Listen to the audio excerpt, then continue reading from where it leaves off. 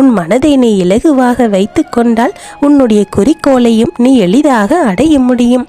என் செல்லமே, நேரம் கிடைக்கும் போதெல்லாம் உட்கார்ந்து அமைதியாக யோசனை செய்து பார். நீ ஜெயிப்பதற்கு என்ன வழிகள் எல்லாம் இருக்கப் போகின்றது, எப்படி சாதிக்கப் போகின்றாய் என்பதையெல்லாம் சிந்தித்து பார். நடந்து முடிந்த விஷயங்களை பற்றியெல்லாம் நினைத்து கவலைப்படுவது இதோடு நிறுத்திவிடு.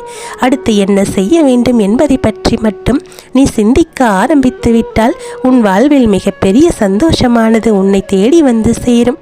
உன்னுடைய வாழ்க்கையானது சொர்க்கமாக மாறும்.